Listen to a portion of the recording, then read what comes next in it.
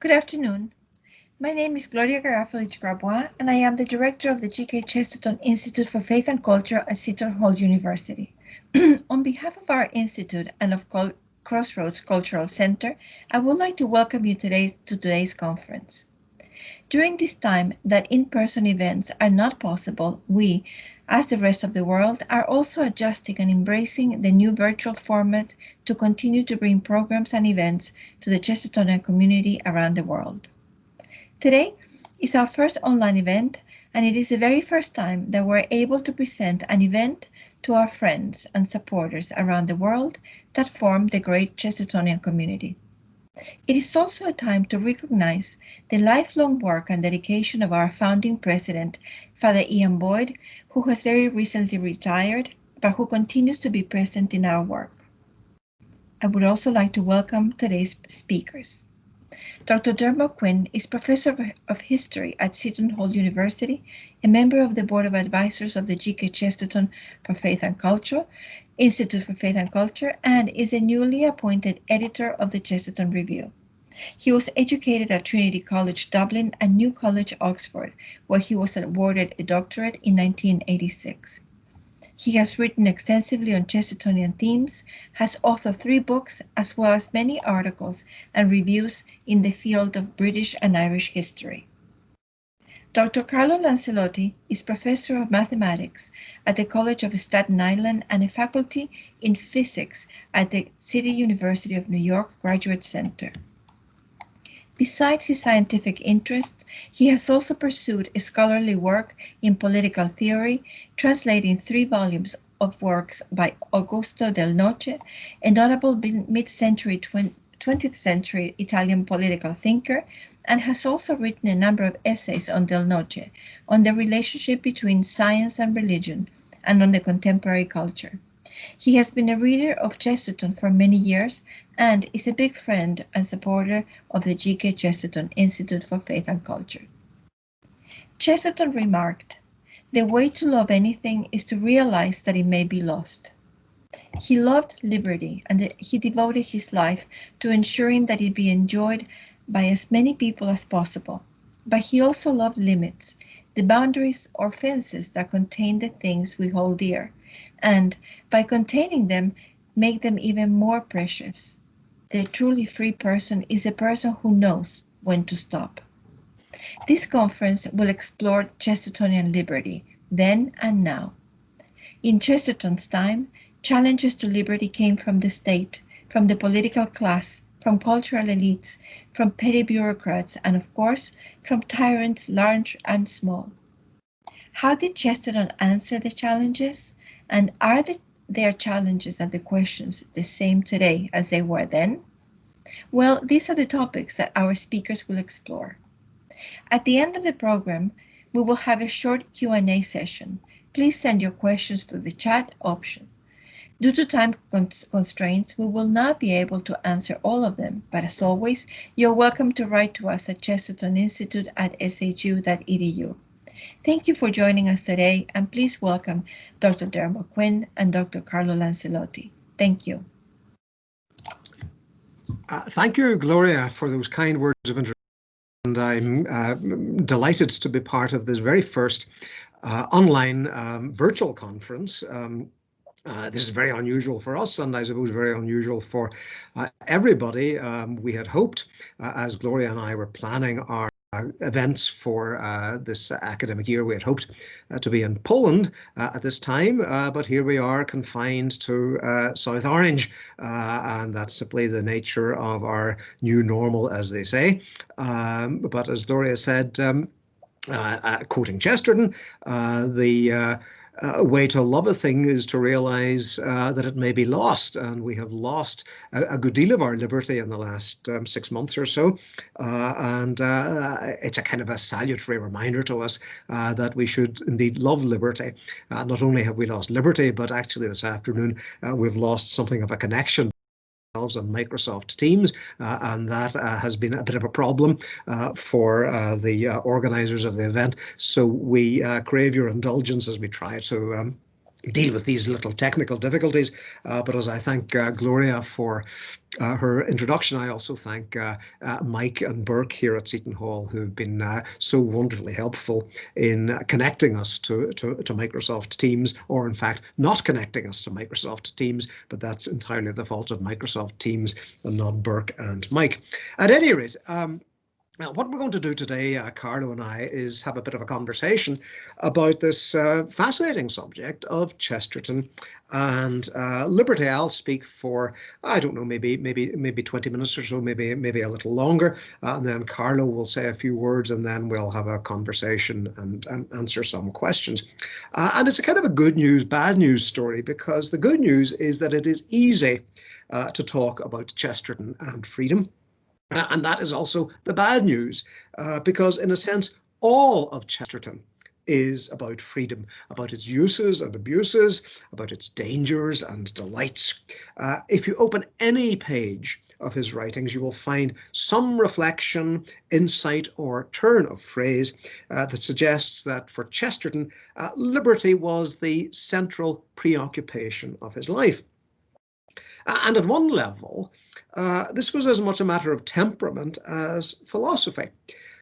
He was a man who enjoyed liberty, who celebrated it, who seems in his own life to have been a free man. The Chesterton of the popular imagination, beer drinking, always in the company of friends, intensely in love with ordinary people and ordinary things, impatient with interferers and busybodies and the nanny state, that Chesterton seems almost to personify a peculiarly English kind of freedom. And yet, at another level, he was also a man for whom freedom, as in free thought or free expression or free love, represented a problem. He knew, as Gloria pointed out in her introduction, he knew freedom's power and its limits. He knew its creative and its destructive capacity. He knew that it could make us or it could break us. And the task of his life, the task really of all our lives, was to know when to embrace freedom and when to leave it alone. And none of this is surprising. Chesterton, and this I think is probably the key idea that I'd like to kind of convey this afternoon, Chesterton combined in a rather uneasy tension a fundamentally liberal trust in human nature as essentially good, and a fundamentally Tory recognition of the reality of original sin, a doctrine that he defined in his book Heretics in 1905 as a belief in the permanent possibility of selfishness, which comes from having a self. Liberty was thus for him both the distinguishing glory of human beings made in the image and likeness of God, but also a responsibility that, if imperfectly exercised, could banish us from paradise. He had an intense awareness of the drama of the moral life, at the heart of which is freedom. And here he is, writing in his great book, Orthodoxy. All Christianity concentrates on the man at the crossroads. Will a man take this road or that? That is the only thing to think about if you enjoy thinking. The eons are easy to think about. Anyone can think about them. The instant is really awful. And it is because our religion has intensely felt the instant that it has in literature dealt much in battle, and in theology dealt much with hell. It is full of danger. The instant is full of danger, like a boy's book. It is at an immortal crisis. There is a great deal of similarity between popular fiction and the religion of Western people. So that was Chesterton in Orthodoxy. The life of a man is a story, he later wrote, an adventure story. And in our vision, the same is true even of the story of God. And that was Chesterton. And we should not presume that the story must end happily. It may end very badly. Free will, he said, or the moral responsibility of man, upon this sublime and perilous liberty hang heaven and hell, and all the mysterious drama of the soul. Well, that wonderful phrase, sublime and perilous liberty, contains the problem in a nutshell. Freedom as a blessing or a burden, as the gift that could lead us to heaven or to hell, was Chesterton's theme. I did not really understand what was meant by liberty, he wrote in his autobiography in 1936. I heard it called by the new name of human dignity. It was a new name to me, though it was part of a creed nearly 2,000 years old. Liberty is the God in man, he wrote in an essay called The Free Man, or, if you like, The Artist. Liberty is only another name for sanctity, he wrote in the Independent Review in 1905, for liberty is always a mystical thing. Well, this notion of liberty as divine spark, as sub-creation, as human participation in the life of God, is not unique to Chesterton. As he said, it was part of a creed nearly 2,000 years old. But it was profoundly important to Chesterton, as it should be to all of us who take seriously our dignity as children of God. The difference between freedom from and freedom for, between what some people call negative freedom and positive freedom, runs like a thread throughout all of Chesterton's writing. And in the end, there's no mistaking that Chestertonian freedom is not the mere absence of constraint, although that's certainly a part of Chesterton's thinking, but in the end, Chestertonian freedom is a rich, textured, creative thing by which we amplify our humanity, living the abundant life to which we are called. Chesterton was valiant in defense of our freedom, not to be bothered by bureaucrats or bosses or finger waggers. I think he probably would have rather despised Mayor Mike Bloomberg in New York and his containers of soda almost as big as himself. Chesterton was valiant in defending our right not to be bothered. But he deplored that kind of interference because he knew what freedom is for. In his essay, Babies and Distributism, he offers one application of this idea of what you might call positive freedom. Every child is the very sign and sacrament of personal freedom. He, the child, is a fresh free will. He is something his parents have freely chosen to produce and which they freely agree to protect. He has been born without the intervention of any master or lord. He is a creation and a contribution. He is their own creative contribution to creation. People who prefer the mechanical pleasures to such a miracle are jaded and enslaved. They are preferring the very dregs of life to the very first fountains of life. That was Chesterton in that wonderfully entitled essay, Babies and Distributism. So the free man as an artist, as a kind of painter of the world, was important to him. Not least because Chesterton himself was a talented draftsman and designer. God did not give us a universe, he said, but rather the materials of a universe. The world is not a picture, but a palette. It is we who turn this splendid chaos into a cosmos.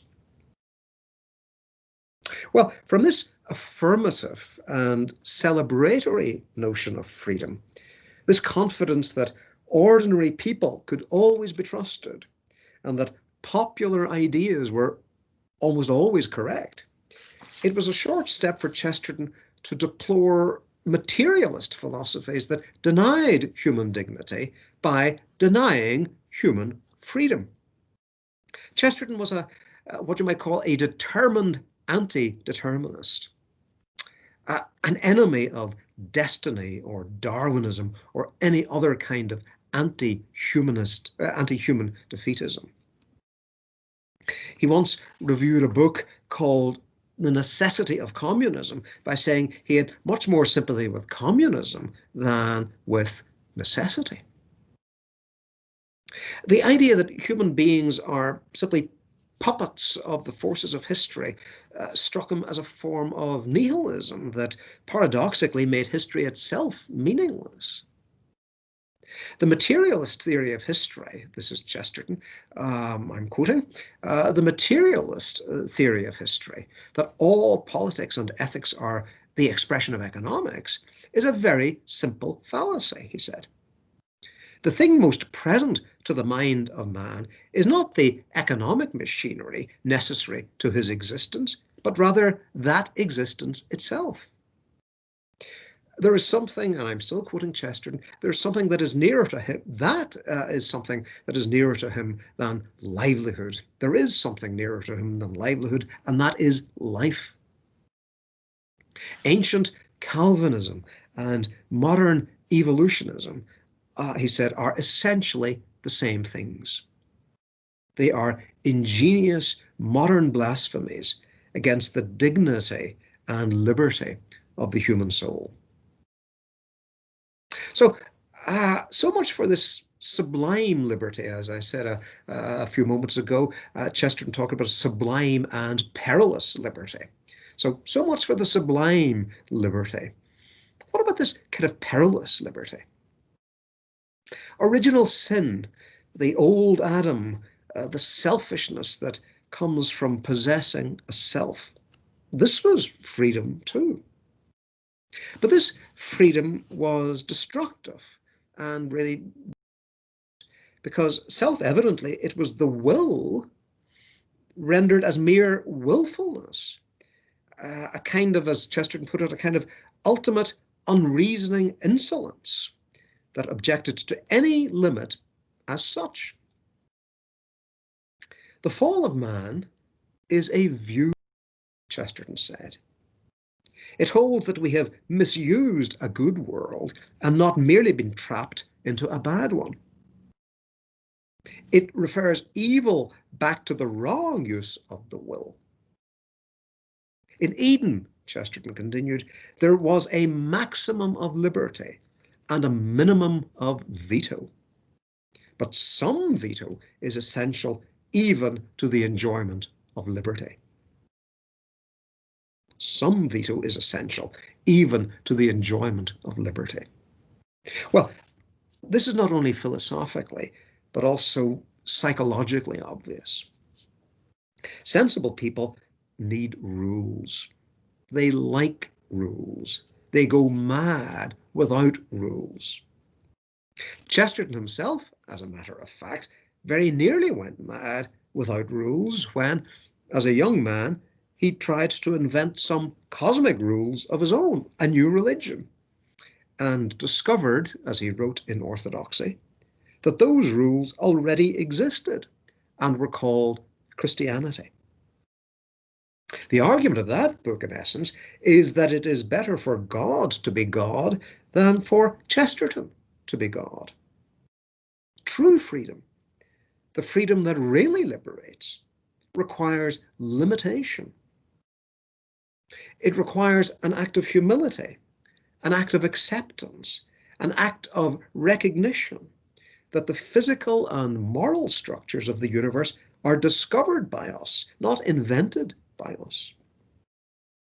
The greatest sonnet cannot be more than 14 lines. The finest symphony requires symphonic form. The rules of chess are the game of chess. So how was Eden lost? How did we fall from paradise, Chesterton says? Well, because we forgot the veto. We ignored the limit.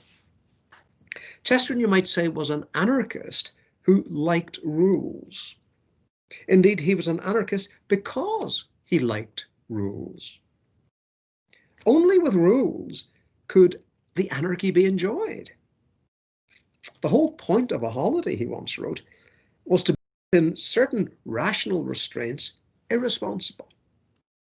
Without the rational restraints, it wasn't a holiday, it wasn't a holy day at all. Well, irresponsibility comes in many forms.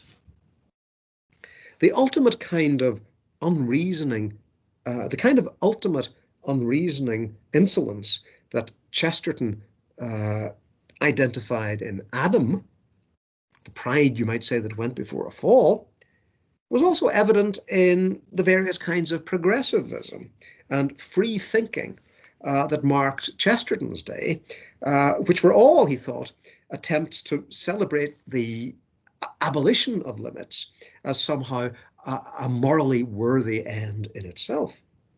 And frankly, nothing much has changed since then. When Chesterton wrote his book Heretics in 1905, when he wrote the passage that I'm about to quote, he could almost be describing our own times. Every one, he said, every one of the popular modern phrases and ideals is a dodge in order to shirk the problem of what is good. We are fond of talking about liberty, that as we talk of it is a dodge to avoid discussing what is good. We are fond of talking about progress. That is a dodge to avoid discussing what is good. The modern man says, let us leave all of these arbitrary religious standards and embrace liberty. This is logically, Chesterton says, this is logically rendered, let us not decide what is good, but let it be considered good not to decide it. He says, away with your old moral formulas. I am for progress. This, logically stated, means let us not settle what is good. Let us settle whether we are getting more of it.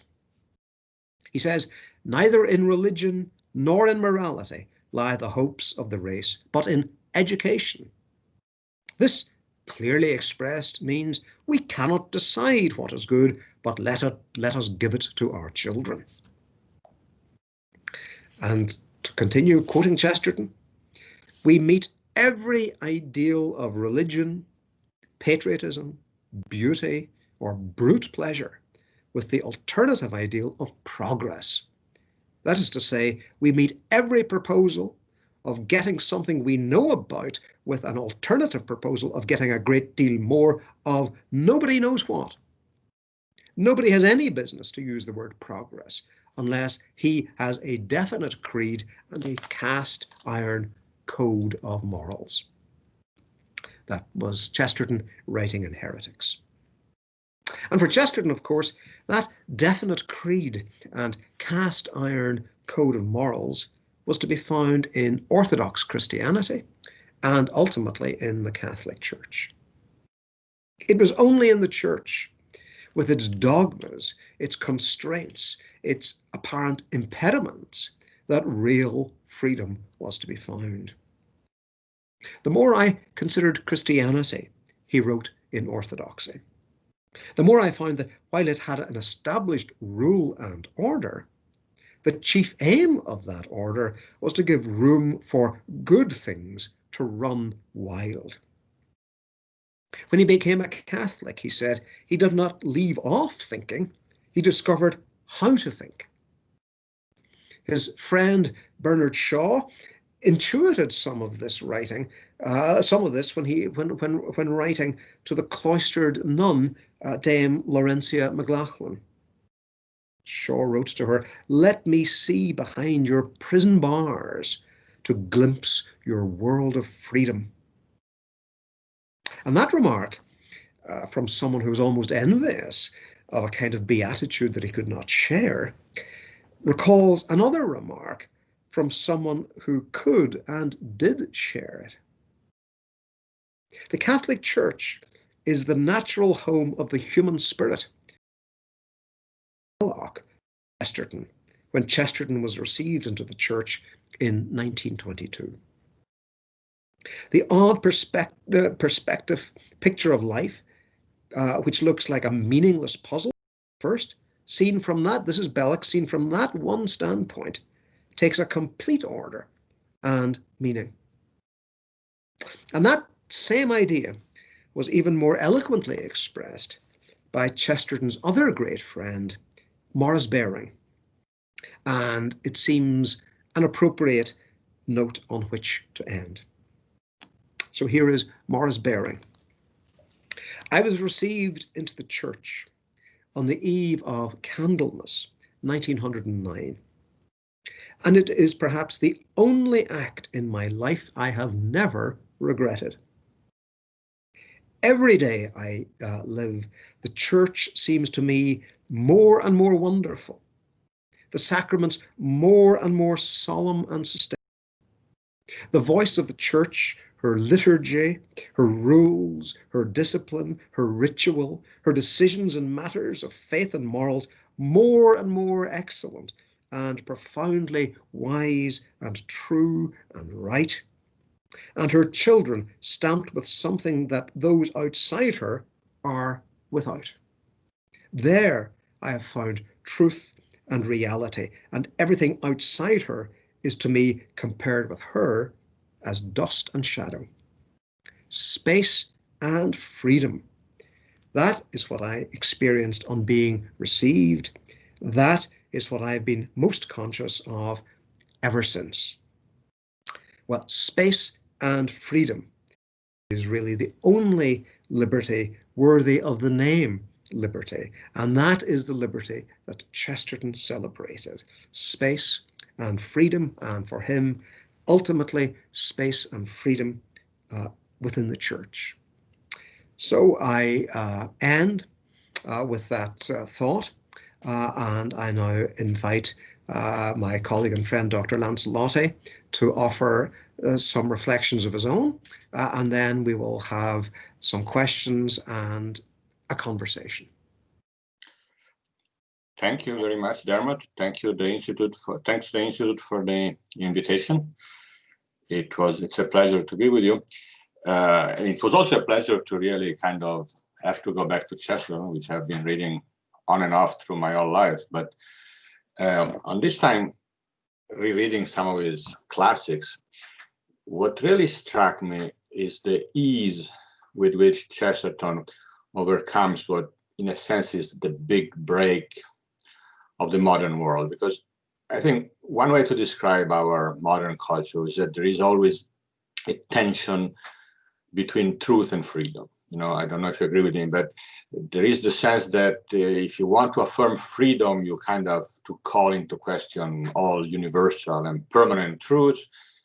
And on the other hand, if you want to affirm the rights of the truth, you have to put freedom in its place, so to speak. You know, this could be described as the stereotypical progressive and reactionary.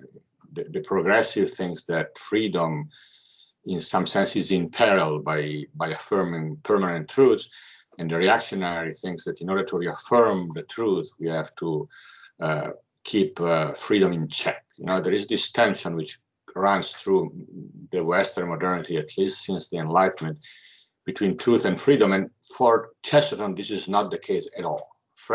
Chesterton is perfectly comfortable with the fact that the only way to really get to the truth is by freedom, is true freedom, and that the only purpose of freedom is to search for the truth. I mean, it's really beautiful the way for him this seems to be second nature. I mean, he doesn't feel the break at all. You know, for him, you can see that to be free is to search for the truth, and that the truth is what you will find if you really are free. You know, in Chesterton, there is, in a sense, there is no problem at all. You know, in the classic St. Augustine distinguishes between the libertas major and the libertas minor, the major freedom and the lesser freedom. And the major freedom is the ability to embrace the good. And this is really kind of Chesterton is a free man in that sense. I noticed this because I was rereading Orthodoxy, and I don't know if you agree with that.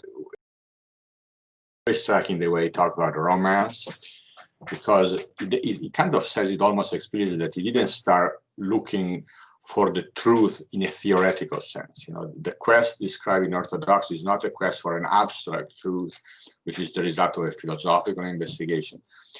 He said that he started looking for romance, and by following the desire for romance, he became a Christian. So he came to the truth. But so I was wondering, what is this romance that he's talking about? And he describes romance as the ability for wonder. And then there is a sentence that says, happiness without being comfortable. This is really the definition of freedom, I think. You know, the fact that, you know, that the human being is made for happiness, which is God, ultimately, but without being comfortable, because this happiness is always greater. It cannot be a limited, worldly happiness. So it seems to me that this idea of romance is this idea that really he was looking for a desire for satisfaction. So it's not that he's a theoretician who starts from some intellectual postulate, but he starts from a quest. Chesterton really starts from a quest for happiness without being comfortable, which is a quest for God, even if he didn't call it God, probably, before he converted. So you see, this is really where freedom comes into the picture, because freedom is exactly this capacity for happiness, the libertas major, this capacity for fulfillment. So it's very striking. On the other hand, it's very clear that freedom is to seek the truth. He says it in many places. He says that he talks about the medieval freedom of the soul, the medieval freedom of the soul, seeking truth. And this also kind of, that's the way I understand Orthodoxy, you know, because Orthodoxy is not just for him like a correct teaching, like in the theological sense, but for him, Orthodoxy means that there is truth. It's worth looking for the truth because there is a truth out there to be found. And so freedom finds its fulfillment in this quest for the truth. He says that the most practical and important thing about a man is his view of the universe, which means his conjecture, his working hypothesis about the truth. By contrast, he says modern liberty means that nobody is allowed to discuss religion. So modern liberty, in a sense, is unfreedom, because when you start looking for the truth, freedom is like annihilated, is destroyed. So this is the point I wanted to kind of raise and maybe get your response. That Chesterton has really this ease, this naturalness in connecting truth and freedom. And then maybe just one more comment is that what he denounces about the modern world are really truth separated from freedom and freedom separated from truth. Because if you consider the lunatic, for example, you know, again in Orthodox talk about the lunatic who lives in this narrow world of logic, of logical deduction from a set of postulates. The knowledge of the lunatic, which is purely logic, let's call it scientific in a caricatural sense, this kind of sterilized truth, the truth which is completely sterile because it's perfectly logic and self-contained, but is not open to the mystery. This is exactly what happens when truth is separated from freedom. Is this kind of scientific idea, which is really not what science does, because science is also driven by freedom. The idea that you can separate truth and from freedom is really the lunacy he's talking about. On the other hand, it's interesting how he talks what happened to freedom when you separate it from truth. When freedom is separated from truth, it becomes negative freedom. As you said, freedom to say no.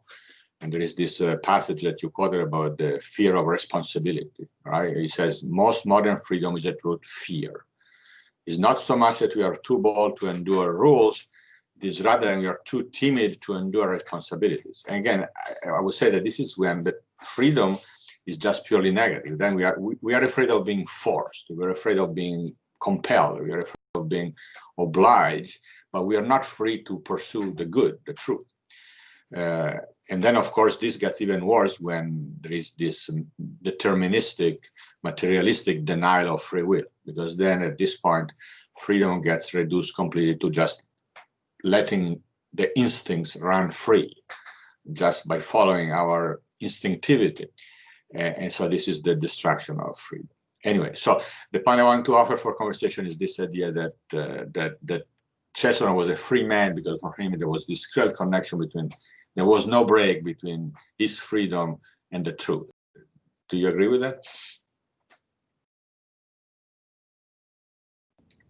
Do agree with that, and I hope that you can hear me. I'm playing around with the controls a little, and we're all getting used to this technology, but I think you're absolutely right, Carlo. You know, I think at the core of what you're saying, and at the core of what Chesterton is saying, is this notion of the invitation to freedom as an invitation to a participation in the life of God, ultimately, which is happiness. That is to say, you know, so much of Chesterton's kind of celebration of freedom is a celebration of the abundant life, you know, this kind of merely negative freedom, you know, the freedom not to be interfered with, the freedom not to be bossed around, that is only a kind of preliminary to what true freedom is, which is this positive freedom to live an abundant life, which Chesterton saw as really at the heart of human dignity. I mean, I was thinking about this, you know, before we sat down, and you know, there's a wonderful remark of W.E.B. Du Bois, the great figure of the African American community of the last century, and you know, I think he put it rather beautifully. He said, you know, I believe in liberty for all men, the space to stretch their arms and their souls, the right to breathe and the right to vote, the freedom to choose their friends, enjoy the sunshine, and ride on the railroads uncursed by color, thinking, dreaming, working as they will in a kingdom of beauty and love. And in that you know, 2 or 3 lines, I mean, you get this kind of beautiful combination, I think, of you know, freedom from interference, you know, the right not to be told who your friends should be, but to choose your own friends. You've got that, so to speak, negative liberty. Let us be removed from the shackles of slavery. But then there's this kind of marvelous sense of positive freedom to stretch their arms and their souls, to enjoy the sunshine. And I think in some ways that's the encapsulation of Chesterton's celebration of freedom, to stretch your arms and stretch your soul. So I certainly agree with you, Carlo, that you know, Chesterton would not recognize this kind of modern distinction between truth and freedom. They are, in a sense, you know, they are constitutive of the same thing, which is our participation in the life of God. I think that in a sense is what makes him still very relevant to our time, because we are still kind of stuck with this opposition between, you know, reactionary and progressive. And I think that, of course, Chesterton loved tradition. Chesterton loved tradition, but he thought that tradition could be rediscovered starting from our humanity, in some sense. Sure. From our desire, from our freedom. I mean, and I like a sentence that says that the spike of dogma fitted exactly into the whole of the world. Yes. And when he talks about the whole of the world, is the whole of the heart, in a sense, you know, is the whole of the human heart, and that's where freedom comes into the picture. So it seems to me that Chesterton really has this very clear sense that our culture can go back to the truth by being faithful, by being honest about its own whole, you know, its own desire, so to speak. It is not a doctrinaire, ideological traditionalist in that sense. No, certainly not. I mean, as he famously said, tradition is the democracy of the dead, and you know, we give our ancestors a vote, and there you have Chesterton in a kind of a nutshell as well, because of course he was he was an enormously democratic thinker. He really did believe in the wisdom of ordinary people, and he had a sort of a democratic imagination. I mean, democracy is a lot more than simply voting. Democracy is a recognition of the inherent dignity of all human beings, who should be accorded respect, and that respect is most obviously expressed in democracy. So yeah. He also says that the problem with people who want to pursue progress is not progress. It is that they don't define what is good. So exactly. He said that, if one did the homework to try to figure out what is good, then it's perfectly reasonable to try to move towards the good. But our culture, in some sense, undermines its own desire for progress by evading the question of the good. Absolutely. I mean, progress is simply defined as a sort of direction. And as long as we're moving, it's okay. And that, of course, is a sort of an absurdity. In fairness to Chesterton, and I suppose in fairness to the progressives, I mean, he recognized, that some progressives, were acting on bad faith, but others were acting on good faith. I mean, that there was a kind of a genuine desire for reform or improvement, or some kind of, as we would say, progress. He thought that the celebration of simply going in a direction was, as you say, foolish. But he would have seen progressivism as a kind of heresy, sense that, as he described it, a heresy is a half-truth masquerading as a complete truth. So he had a certain amount of satirical fun at the expense of progressives, but at the same time, progressives of good faith were people who were attempting to arrive at a, so to speak, a better place. That's also why he emphasizes that man without roots cannot be free. I mean, I'm paraphrasing, but I mean, I think that, if freedom really is freedom to search for the truth, to search for God, then one cannot be free without some support, in some sense. That could be authority, or could be tradition, or could be whatever national roots. But for all of them, these things are not dead, right? All these things have the purpose of providing the ground on which we can walk. Exactly. Exactly. I would like to take this opportunity to thank you both for the great conversation and presentation. And there's a question that I would like to pose to both of you, of course. In what way did Chesterton's personality reflect his attitude towards freedom? Well, that's a very interesting question, we could spend a long time talking about it. But I think, in a sense, Chesterton's personality, or Chesterton personified or almost incarnated his own love of freedom. I often think Chesterton, I mean, that kind of famous picture, or those famous pictures of Chesterton, caricatures of Chesterton as a kind of big, flamboyant, shambolic, slightly untidy man. And when I think of Chesterton, I think of him with a waistcoat which is almost kind of burst out, and I think that's almost a kind of an image of Chestertonian freedom, because the waistcoat is a constraint. It's almost a kind of a corset, but he's kind of bursting out of that constraint, that's almost what I've been kind of arguing this afternoon, that within constraint, within limit, within, as Carlo was saying, dogma, or some kind of tradition, that's where freedom gets exercised. And, Chesterton lived a free life, but he lived a free life,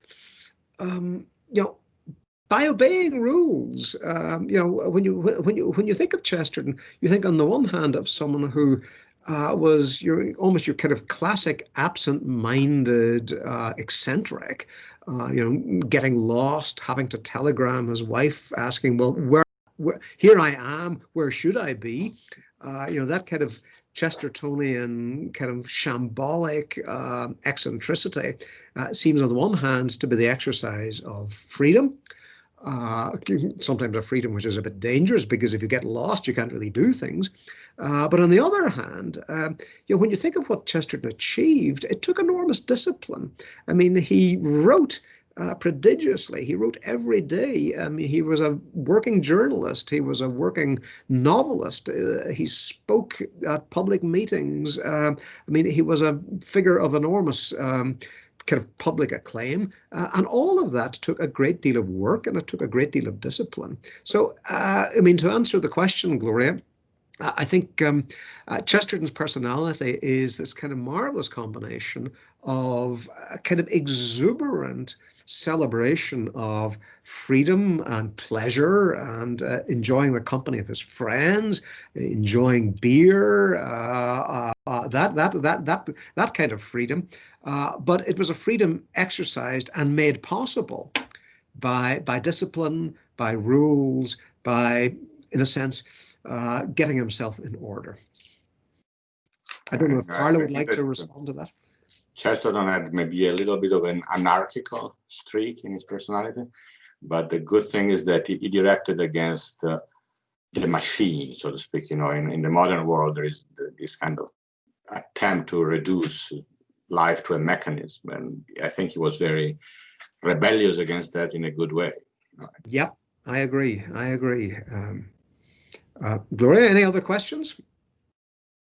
Your microphone needs to be turned on, Gloria. Sorry, I have a couple of other questions again for both of you, so you can, have a little conversation about it. Was Chesterton an anarchist? Okay, well, I could answer that question, and then Carlo could answer it, or Carlo could go first. I mean, I would say that in a sense he was. I mean, Chesterton, of course, was working at a time or writing at a time when anarchism as the kind of political expression of small groups of basically terrorists were very much in the news. And indeed, of course, his novel, The Man Who Was Thursday, is about an anarchist gang. So we have this kind of idea of anarchists as bomb throwers and as kind of urban terrorists and so on. Clearly, he wasn't that. But he was in a tradition of philosophical anarchism, and that kind of philosophical anarchism was in some ways very attractive to Chesterton, and Chesterton, I think, contributed to that. I mean, I'm thinking of this sort of, Prince Kropotkin, for example, and the celebration of the capacity of people to rule their own lives. The capacity of people to organize themselves, the way in which people are capable, without government, to live a perfectly substantial, complete moral life. In his short history of England, Chesterton said, government is an ugly necessity. And, in a way, by saying that, he recognizes that ultimately we must have government. But he doesn't like an overlarge state. He doesn't like kind of bureaucratic interference. He doesn't like all of the kind of modern things that we associate with a kind of bossy government. But he recognizes that we need government. But ultimately, the kind of government that Chesterton wants is people governing themselves. And that is, if you like, the kind of tradition of philosophical anarchism. I mean, you can see it in small communities. You can see it in the kind of mutual aid tradition.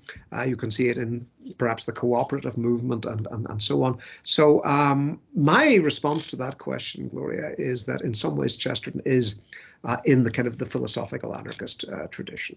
I don't know if Carlo would like to add to that or subtract from it. Well, I mean, by coincidence, I just mentioned it earlier in my previous comment that, yeah, there is an anarchical streak, but what is interesting to me is that his rebellion is not a rebellion against God, because if you look at some of the great anarchists of the 19th century, in a sense, they read God as the archetype of the worldly master. And so ultimately the anarchical rebellion took a religious significance and became a rebellion against God, while in a sense, Chesterton is doing the Christian rebellion, which is a rebellion against the world.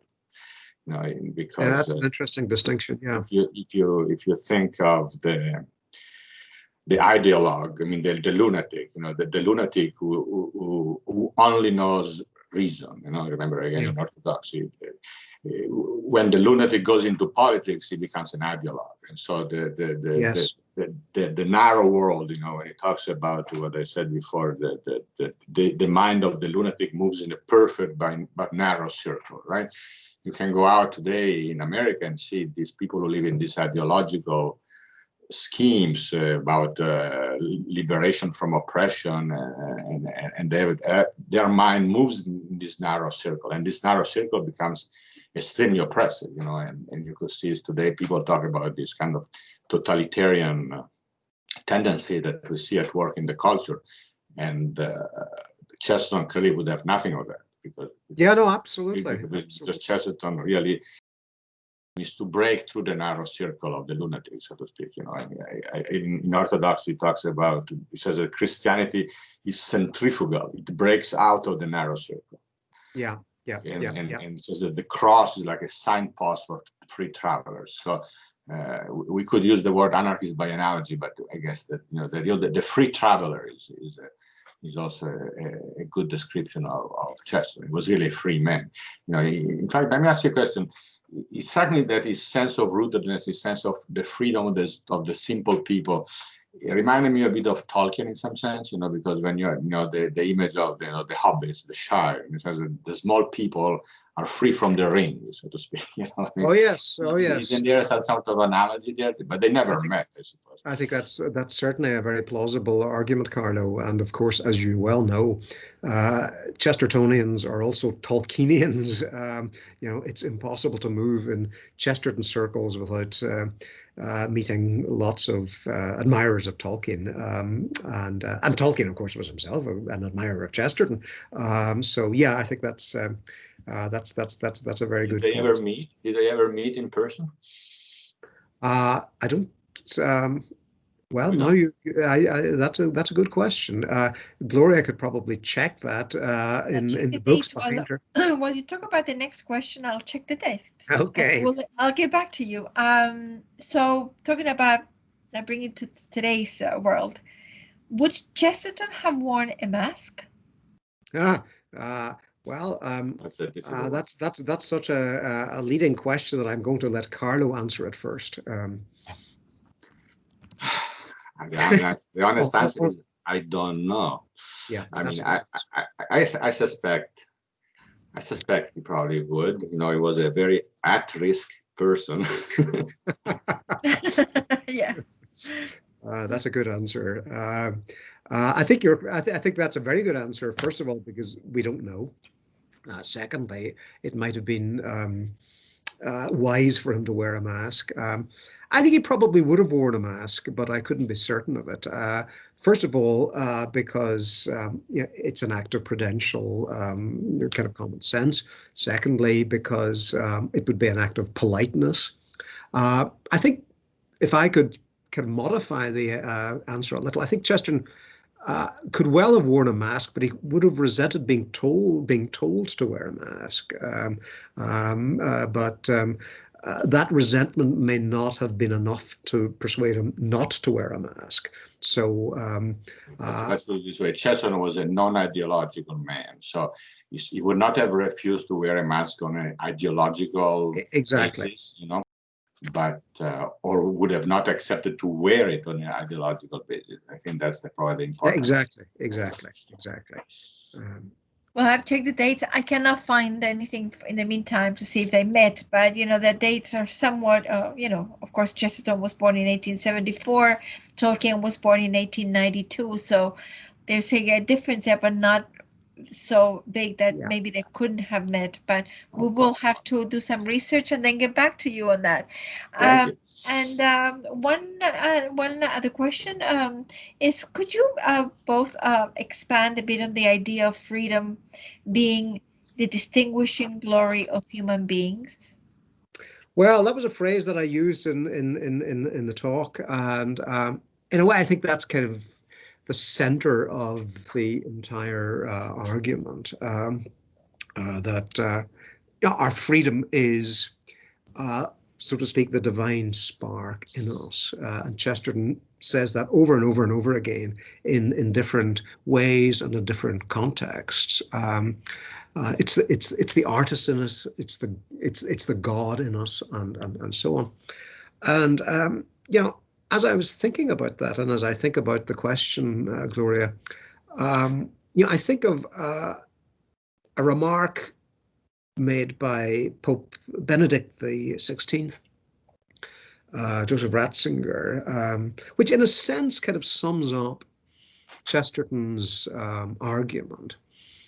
And it's, in fact, if I may just quote Pope Benedict XVI, you know, writing as a theologian, and in fact, I believe he may well have written this before he became Pope. But he said this. He's talking about creation, and he said we shouldn't think of creation using the model of a craftsman, but he says, but creation as the creative mind or creative thinking. And then he goes on to say, the beginning of creation is, and I'm now quoting Benedict XVI, creative freedom which creates further freedoms. To this extent, one could very well describe Christianity as a philosophy of freedom. Christianity explains a reality, and this is now Pope Benedict again, at the summit stands a freedom that thinks, and thinking creates freedoms, thus making freedom the structural form of all being. Now, that's a very deep ontological notion, that freedom is the structural form of all being. And Pope Benedict goes on to say, this freedom is embodied in the human person. And this is a wonderful phrase, the only irreducible infinity-related being. And here, once again, is the option for the primacy of freedom as against the primacy of some cosmic necessity or natural law. So that human beings, in their very freedom, are the only irreducible infinity-related being. And I think that's really, putting in kind of philosophical terms or theological terms, Chesterton's idea of freedom being the distinguishing glory of human beings, who are the only irreducible infinity-related beings. So that, I think, is how I would respond to that question. It's the greatness of human beings to be free, because that freedom is a participation in the divine life.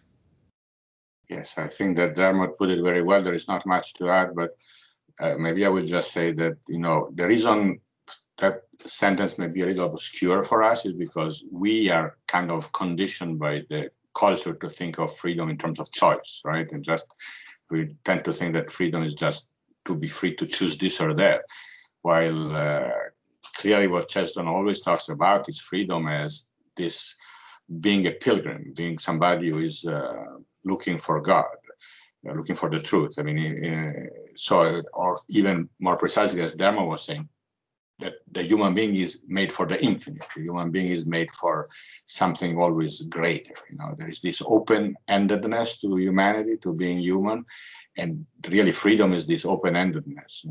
Not to be like a pet. You give him 3 items and is satisfied. The human being is restless. In fact, he said, there is a quote that was in the exhibit I saw that you used when he says that true liberty is human dignity. And that's a very interesting quote, because when you say that liberty is human dignity, it means that really liberty is not being in the image of God, in a sense. To be made in the image of God is to be made for God, and so that's freedom. But again, as I was just to point out that this kind of positive libertas major idea of freedom is so unfamiliar to our culture that we have to think of it every time. Because yes, yeah, exactly. Well, I think that on this beautiful quote and thoughts and expressions that both of you have shared, I think is a wonderful way to bring to an end this very good first online event on Chesterton Freedom, and certainly a lot of things for us to think about and continue to learn and research. And to everyone, please feel free to visit our website at www.shu.edu/go/Chesterton, and or to write to us at Chesterton Institute at shu.edu. If you have any questions, if you would like to continue the conversation, that would be great. And I thank you both for your time and for your great thoughts and for presentations. And we look forward to a second event with more collaboration from Microsoft Teams.